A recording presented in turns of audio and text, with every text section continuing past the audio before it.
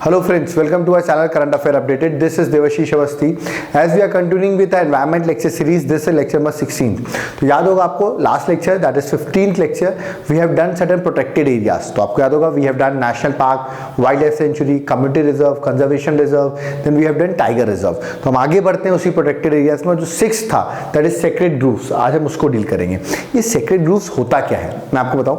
ये एक वेजिटेशन है, मतलब एक पीस ऑफ वेजिटेशन है. कोई फॉरेस्ट एरिया है, ध्यान रखिए, या तो कोई पर्टिकुलर ट्री भी हो सकता है, ठीक है, जिसको लोकल कम्युनिटी उसको रिलीजियस ग्राउंड्स में उसको मान लीजिए गॉड मानती है. ठीक है, कहने का मतलब वो जो वेजिटेशन है वो रिलीजियस इन नेचर है, तो उसकी वजह से क्या होता है लोकल कम्युनिटी उसको क्या करती है, प्रोटेक्ट करती है. तो ऐसे एरियाज को हम कहते हैं, ध्यान रखिएगा, उसको हम डिक्लेयर क्या कर देते हैं, सेक्रेड ग्रूव्स. तो ये भी एक तरीका है क्योंकि लोकल कम्युनिटी भी उसको प्रोटेक्ट करना चाहेगी. ठीक है, एग्जाम्पल अगर मैं आपको दूं तो याद रखिए गोम्पा फॉरेस्ट अरुणाचल प्रदेश में है जिसको सेक्रेड ग्रूव्स डिक्लेयर किया गया है. याद रखिए सराना फॉरेस्ट झारखंड में और बुग्याल्स फॉरेस्ट याद रखिएगा उत्तराखंड में. तो कभी आपको मैच द फॉलोइंग में तीनों आ सकते हैं, इंपॉर्टेंट है, याद रखिएगा. They are sacred groves. ठीक है, तो they are piece of vegetation which are protected by whom? They are protected by local communities because they are the particular vegetation is religious in nature. ठीक है, चलिए अब हम एक और लिखा है, ध्यान रखिए पॉइंट में इंपॉर्टेंट पॉइंट है. It is the oldest form of forest conservation. Forest conservation का एक ओल्डेस्ट फॉर्म है सेक्रेड ग्रूव्स भी. ठीक है, चलिए अब स्टार्ट करते हैं. एक टॉपिक है बहुत ही ज्यादा इंपॉर्टेंट, न्यूज में भी था, कैंपा, CAMPA. ये कैंपा क्या होता है, पहले फुल फॉर्म बता दो आपको. Compensatory afforestation fund management and planning authority. Full form तो ये है कैंपा का. लेकिन इसकी हिस्ट्री में आपको बताऊं कैंपा है क्या.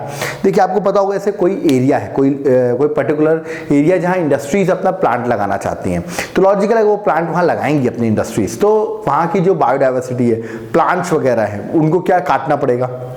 तो एक्चुअली बायोडाइवर्सिटी को हार्म होगा कि नहीं होगा, तो फिर क्या करें. तो उसी के लिए अपन क्या करते हैं कि अगर वहां से आपने इतना फॉरेस्ट कट किया है तो आप उसको कंपनसेट करें उस पर्टिकुलर एरिया को. कहने का मतलब किसी अदर जगह जाकर आप उतना ही एफॉरेस्टेशन कर दीजिए.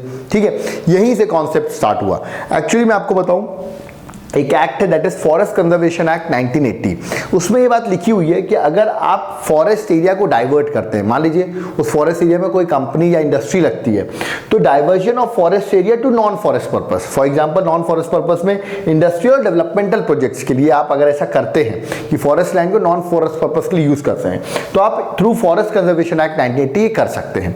ठीक है, नहीं इसके बदले में क्या होगा, इसके बदले में क्या होगा, जो इंडस्ट्रीज लगा रही है वहां पर वो बदले में क्या देंगी, पैसा देंगी, मनी एलोकेट करेगी, और वो मनी गवर्नमेंट यूज करेगी किसी दूसरी जगह पे जाकर फॉरेस्टेशन करने के लिए. मतलब उसको कंपनसेट करेगी, उस लॉस जो हुआ है उसको कंपनसेट करेगी किसी और जगह जाकर फॉरेस्ट ग्रो करने के लिए, जितने भी एरिया कट आउट हुआ है. ठीक है, अब मैं आपको बताऊं इन रिटर्न मैंने लिखा भी मनी एक्यूमुलेशन हुआ, गवर्नमेंट को मनी मिलेगा.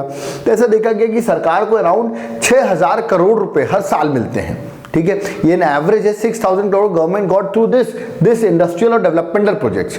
लेकिन गवर्नमेंट जो पैसा मिलता है इसको यूज नहीं कर रही थी, किसमें, फॉर एफॉरेस्टेशन. मतलब कंपनसेटरी जो अपन ने बोला कि उसको कंपनसेटरी आपको एफॉरेस्टेशन करना चाहिए अदर जगह पे, सरकार उसका यूज नहीं कर रही थी. तो फाइनली क्या हुआ, 2002 में सुप्रीम कोर्ट की जजमेंट आई और सुप्रीम कोर्ट ने बोला कि आप बनाइए Campa, that is what, compensatory afforestation fund management and planning authority. मतलब यहां पर पैसा आएगा और ये एफॉरेस्टेशन करेगी. लेकिन उस टाइम पे ये एडहॉक बॉडी थी. एडहॉक मतलब आप समझते होंगे टेम्पररी बॉडी, सुप्रीम कोर्ट ने अपनी डिसीजंस के थ्रू बना दी. बट फाइनली 2016 में गवर्नमेंट ने ये भी इतना अच्छा वर्क नहीं कर पाई थी एडहॉक बॉडी, तो सुप्रीम कोर्ट के बोलने पे जो बनाई गई थी. ठीक है, तो फाइनली सरकार ने 2016 में बॉडी ही बना दी, एक एक्ट पास कर दिया, कंपनसेटरी एफॉरेस्टेशन फंड एक्ट 2016. ठीक है, और ये एक्ट पास करते ही खास पॉइंट आप याद रखिए, प्रीलिम्स में क्या आ सकता है, ये एक्ट 2016 में पास हो चुका है. ठीक है, इसके थ्रू दो फंड बने हैं. एक बना है नेशनल कंपनसेटरी एफॉरेस्टेशन फंड, मतलब नेशनल फंड है. ध्यान रखिएगा जो पब्लिक अकाउंट ऑफ इंडिया होता है गवर्नमेंट का, 3 फंड्स पॉलिटी में पढ़ाए थे, consolidated fund of India, public account of India and contingency fund of India. तो पब्लिक अकाउंट ऑफ इंडिया के अंदर ये वाला फंड रहेगा, जो पैसा मिलेगा कंपनीज के through national compensation afforestation fund में जाएगा. ठीक है, प्लस एक दूसरी बॉडी बनेगी स्टेट कंपनसेटरी एफॉरेस्टेशन फंड. ठीक है, और इसका मनी किस फंड के अंदर रहेगा, that is public account of state. State में भी पब्लिक अकाउंट फंड होता है, उसके अंदर ये स्टेट कंपनसेटरी एफॉरेस्टेशन फंड बनाया जाएगा। तो एक्ट में बोले गए 2 फंड होंगे, ठीक है।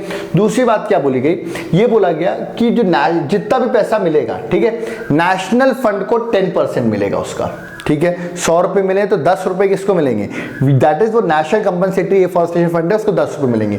जबकि स्टेट वाले को कितने मिलेंगे, 90%। तो हो सकता है प्रीलिम्स में आपको ऑप्शंस के 90 इधर लिख दे, 10 इधर लिख दें और स्टेटमेंट गलत हो। तो याद रखिएगा state fund would be how much, state को कितना मिलेगा, 90% पैसा जितना भी आएगा 90% स्टेट को मिलेगा, ठीक है। अब इस फंड को यूटिलाइज किस लिए किया जाएगा, लॉजिकल है, एफॉरेस्टेशन के लिए, वाइल्ड लाइफ प्रोटेक्शन के लिए इस फंड का इस्तेमाल होगा।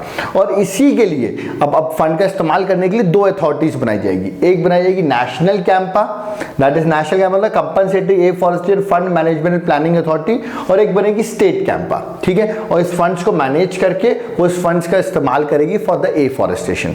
तो याद रखिएगा कि ये जो है that is Campa, this is very important for prelims purpose, ठीक है। चलिए आगे बढ़ते।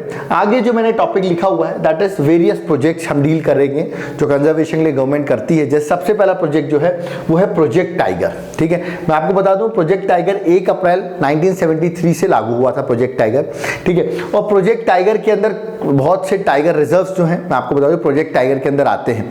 जैसे मैं कुछ एग्जांपल मैंने लिख रखा है आपको याद करने के लिए। नामदफा टाइगर रिजर्व, ध्यान रखिएगा, अरुणाचल प्रदेश में है।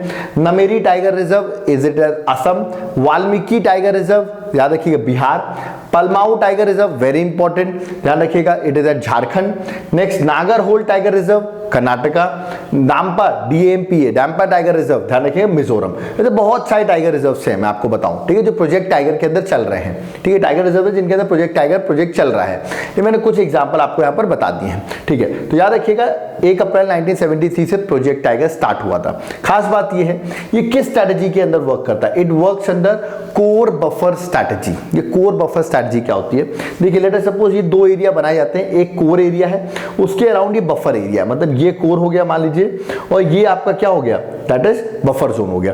कोर जोन में कोई भी ह्यूमन एक्टिविटीज इन्वॉल्व नहीं की जाती है, जबकि बफर जोन में ध्यान रखिएगा लिमिटेड एक्टिविटीज आर अलाउड, ठीक है। यहाँ पर रिसर्च में ह्यूमन बींग्स आ सकते हैं, ध्यान रखिएगा, that is limited activities are allowed in buffer zone, ठीक है। अब याद रखिएगा कोई भी एरिया को, ठीक है, प्रोजेक्ट टाइगर के अंदर आपको लाना है तो क्या प्रोसेस है, it is declared by state government, मतलब स्टेट गवर्नमेंट उसको प्रोजेक्ट टाइगर के अंदर ला सकती है, ठीक है। और इसके लिए उसको रिकमेंडेशन लेनी पड़ेगी, किसकी रिकमेंडेशन कौन करेगा, NTCA। लास्ट लेक्चर मैंने बताया था नेशनल टाइगर कंजर्वेशन अथॉरिटी जो 2006 में बनी थी, याद होगा आपको, वाइल्ड लाइफ प्रोटेक्शन एक्ट के अंदर ही, जिसका मैंने चेयरमैन आपको बताया था एनवायरमेंट मिनिस्टर होते हैं। तो NTCA रिकमेंड करेगी तो स्टेट गवर्नमेंट प्रोजेक्ट टाइगर के अंदर उस टाइगर रिजर्व को ला सकती है, ठीक है। याद मतलब किसी भी एरिया को टाइगर रिजर्व के प्रोजेक्ट टाइगर के अंदर ला सकती है for the conservation of tigers, ठीक है। ध्यान रखिएगा NTCA is a statutory body, बता ही चुका मैं, 2006 में बनी थी, ठीक है। और याद रखिएगा इसको प्रोजेक्ट टाइगर के अंदर क्या होगा, मॉनिटरिंग होगी टाइगर्स की, ठीक है। टाइगर्स की मॉनिटरिंग की जाएगी, UPSC में ऑलरेडी पूछा चुका है स्ट्राइप्स के बारे में। तो मॉनिटरिंग की टाइगर कैसे होगी, कैसे मॉनिटर करेंगे टाइगर्स के बारे में, it is based on stripes, ठीक है, स्ट्राइप्स पैटर्न। जैसे टाइगर्स की जो स्ट्राइप्स मिलती हैं, आपको पता होगा स्ट्राइप्स मिलती है टाइगर में, उसके अकॉर्डिंग ध्यान रखिएगा एक टाइगर को एक यूनिक आइडेंटिफिकेशन नंबर दिया जाता है, जस्ट लाइक आधार नंबर एक उनका UID नंबर होता है, ठीक है। और ये किस पैटर्न पे बेस्ड होता है, स्ट्राइप्स पैटर्न पे। इसके अकॉर्डिंग हम उनकी मॉनिटरिंग कंजर्वेशन वगैरह करते हैं। तो पूछा जा चुका है स्ट्राइप्स किससे रिलेटेड है, याद रखिए for the conservation of tigers, ठीक है। और ये भी याद रखिएगा अगर आपको टाइगर रिजर्व को, ठीक है, डिक्लेयर तो स्टेट गवर्नमेंट करती है, बट अल्टर करना है उसके एरिया को तो वो अल्टर करती है NTCA। कौन करती है, नेशनल टाइगर कंजर्वेशन अथॉरिटी करती है, ध्यान रखिएगा। और एक बात और है कि इसको रिकमेंड कौन करेगा, NTCA को, that is national board for wild life. ये भी मैंने आपको बताया था, याद होगा लास्ट लेक्चर में। लास्ट लेक्चर देखा तो लेक्चर जरूर देखिए आप। तो याद रखिएगा अगर प्रोजेक्ट टाइगर की बात करें तो ये कुछ पॉइंट्स आपको याद होना बहुत जरूरी है, ठीक है। चलिए सेकंड प्रोजेक्ट की ओर मूव करते हैं, that is project elephant. Important है ये भी, सेंट्रल स्पॉन्सर्ड स्कीम थी, ध्यान रखिएगा, फेब 1992 में लॉन्च की गई थी। फॉर व्हाट, ध्यान रखिएगा, फाइनेंशियल एंड टेक्निकल सपोर्ट दिया जाएगा to the major elephant bearing states, मतलब जहां पर एलिफेंट्स बहुत ज्यादा पाए जाते हैं in the country for the protection of elephants, ठीक है। खास पॉइंट याद रखिएगा, इसमें यह भी बोला गया है कि जो डोमेस्टिकेटेड एलिफेंट्स है उनको भी प्रोटेक्ट किया जाएगा। लोग कंफ्यूज हो सकते हैं कि वाइल्ड एलिफेंट्स के लिए ही ये प्रोजेक्ट एलिफेंट होगा, नहीं, it is also for the conservation of what, domestic elephants also, तो याद रखिएगा, ठीक है। नेक्स्ट है प्रोजेक्ट वल्चर। वल्चर तो आपको पता होगा एक स्कैवेंजिंग एनिमल होता है, ठीक है, डिकम्पोजर की तरह एक्ट होता है, ध्यान रखिए मरे हुए जानवरों को क्योंकि खाते का काम वल्चर ही करता है। तो प्रोजेक्ट वल्चर भी स्टार्ट किया गया, इट्स अ स्कैवेंजिंग बर्ड। मैं आपको इसके बारे में कुछ बताऊं, ऑलरेडी यूपीएससी पूछ चुका है क्वेश्चन, लेकिन मैं आपको बता दूं इसमें बहुत इंपॉर्टेंट पॉइंट क्या है। ये आपने एक ड्रग सुना होगा डाइक्लोफेनेक, बहुत इंपॉर्टेंट ड्रग है। इसको जानवरों को दिया जाता है फॉर एंटी पेन ड्रग, मतलब उनको जब पेन होता है तो उनको ये ड्रग्स दिए जाते हैं, anti pain drug, that is diclofenac. ये जो ड्रग रहता है मैं आपको बताऊं, ये एनिमल्स में बायोअक्यूमुलेट हो जाता है, ठीक है, एनिमल्स में रह जाता है, और फिर जब ये एनिमल्स की डेथ हो जाती है तो उस टाइम पे वल्चर आकर इन एनिमल्स को खाते हैं, जिसकी वजह से ये वल्चर में पहुंच जाता है ये ड्रग, और ये ड्रग बहुत हार्मफुल है, ठीक है, इससे वल्चर की डेथ भी हो जाती है। और इसका सिम्टम्स क्या है, मतलब कैसे पता चलेगा कि डाइक्लोफेनेक ड्रग जो हमने एक जानवर को दिया वो वल्चर के अंदर पहुंच गया है। एक्चुअली एक सिम्टम दिखता है वल्चर के अंदर, that is neck dropping. Vulture अपनी गर्दन झुका लेता है, कहने का मतलब, ठीक है, it's a symptoms of that vulture is going to die. तो ध्यान रखिए नेक ड्रॉपिंग होती है, ये इससे पता चलता है कि डाइक्लोफेनेक ड्रग जो है वो वल्चर में पाया जा रहा है, ध्यान रखिएगा। तो दिस इज इंपॉर्टेंट। तो गवर्नमेंट ने क्या किया, इंडियन गवर्नमेंट 2006 में इस ड्रग को, डाइक्लोफेनेक ड्रग को बैन कर चुके हैं, but still for human related activities, जानवरों को तो नहीं दिया जाता है, अब बैन है क्योंकि, बट स्टिल ह्यूमंस को दिया जाता है एक पर्टिकुलर जगह पे, तो याद रखिएगा, but still it has been ban. तो ये इंपॉर्टेंट है प्रोजेक्ट वल्चर। सरकार वल्चर्स को प्रोटेक्ट करने को, इस वल्चर व्हाट स्कैवेंजिंग बर्ड्स जो इंपॉर्टेंट है, डिकम्पोजर की तरह एक्ट करते हैं, ठीक है। अदर प्रोजेक्ट्स की बात करूं तो इतने इंपॉर्टेंट नहीं है, बट स्टिल उनको एक बार गो थ्रू कर लेते हैं अपन। जैसे प्रोजेक्ट राइनो है, इसमें बहुत फेमस प्रोजेक्ट चला था, that is Indian rhino vision 2020। ये इंडियन विजन राइनो 2020 है क्या, बेसिक बता देता हूं। ये सपोर्टेड बाय WWF, ठीक है, WWF द्वारा सपोर्टेड है। कमेंट बॉक्स में आप मुझे WWF का फुल फॉर्म बताइए, ठीक है। तो it is supported by WWF, ठीक है। इस प्रोजेक्ट के अंदर ये बोला गया था कि जो राइनोज हैं असम में 2000 हैं, उसको हमको 2020 तक असम में इसको 3000 राइनोज करना है। तो ये इसका टारगेट था, याद रखिएगा, असम से रिलेटेड, ठीक है। तो ये एक इंपॉर्टेंट हो सकता है आपके लिए, ठीक है। नेक्स्ट अगर प्रोजेक्ट की बात करें, जस्ट गो थ्रू कर लीजिए। प्रोजेक्ट स्नो लेपर्ड चल रहा है, ठीक है, जो 2009 में चालू किया गया था। फिर प्रोजेक्ट हंगुल है, वेरी इंपॉर्टेंट, याद होगा हंगुल, मैंने आपको बताया भी था, state animal of Jammu and Kashmir. ये बहुत फेमस यहाँ पे एक नेशनल पार्क है, Dachigam national park, Jammu and Kashmir में। इसमें हंगुल बहुत ज्यादा पाए जाते हैं, ठीक है। तो याद रखिएगा ये प्रोजेक्ट हंगुल भी वहां से स्टार्ट किया गया था, ठीक है। प्रोजेक्ट क्रोकोडाइल चल रहा है, ठीक है। देन प्रोजेक्ट सी टर्टल भी चल रहा है। सी टर्टल में मैं आपको बताऊं, ये 1999 में चालू किया गया था प्रोजेक्ट सी टर्टल, और ये एक बहुत फेमस टर्टल है जो वल्नरेबल है, कैटेगरीज में वल्नरेबल में आता है। ओलाइव रेडली टर्टल, बहुत फेमस क्वेश्चन है ओलाइव रेडली टर्टल से, याद रखिएगा। ये इंडिया में ब्रीडिंग करने आते हैं, आपको मुझे बताना है ये एक कोस्ट है, उस कोस्ट का नाम क्या है इंडिया में जहां पे ब्रीड करने आते हैं बहुत लार्ज अमाउंट में, और किस स्टेट में ये कोस्ट है, कोस्ट का नाम प्लस किस स्टेट में ओलाइव रेडली टर्टल इंडिया में ब्रीड करने आते हैं। This is very very important question, तो इसको कमेंट बॉक्स में जरूर मुझे आप बताइए, ठीक है। तो ये थे कुछ प्रोजेक्ट्स, ठीक है, लेकिन इसमें इंपॉर्टेंट प्रोजेक्ट याद रखिए, प्रोजेक्ट टाइगर, एलिफेंट है, और जो अदर इंपॉर्टेंट एक्टिविटीज थी मैंने आपको बता दी है, ठीक है। चलिए आगे बढ़ते हैं। आगे जो टॉपिक है आज का, हमने छोटा सा टॉपिक लिया, नेशनल ग्रीन ट्राइब्यूनल। वैसे मैं इस टॉपिक को ऑलरेडी कवर कर चुका हूं अपने पॉलिटी सेक्शन में, बट स्टिल एक बार हम इसको कवर कर रहे हैं रिलेटेड, क्योंकि ये भी एक तरीके से कंजर्वेशन, अगर हम नेशनल इनिशिएटिव जो हम डील कर रहे हैं पिछले लेक्चर से उसमें डील करें, तो ये भी एक नेशनल इनिशिएटिव के अंदर एक प्रोग्राम है, एक ट्राइब्यूनल है जो एनवायरमेंट को कंजर्व करने में हेल्प करता है। तो देख लेते हैं इसको। National green tribunal NGT act 2010 में आया था, ध्यान रखिएगा। ये इंडिया 3rd कंट्री बनी है जिसने एनवायरमेंट के लिए ट्राइब्यूनल बनाया है। न्यूजीलैंड, ऑस्ट्रेलिया और India is a 3rd country, याद रखिएगा। दूसरा, ये केसेस हियर करता है, किससे रिलेटेड केसेस एनजीटी में जाते हैं, याद रखिएगा, मतलब याद रखिएगा एनवायरमेंट रिलेटेड केसेस डेल्ट करता है एनजीटी, ठीक है। फॉरेस्ट कंजर्वेशन एक्ट से related, biological diversity act, environment protection act, water and air act, public liability insurance act. तो याद रखिएगा, पूछा सकता है आपसे पुलिस में कौन सा एक्ट नहीं करता है ये।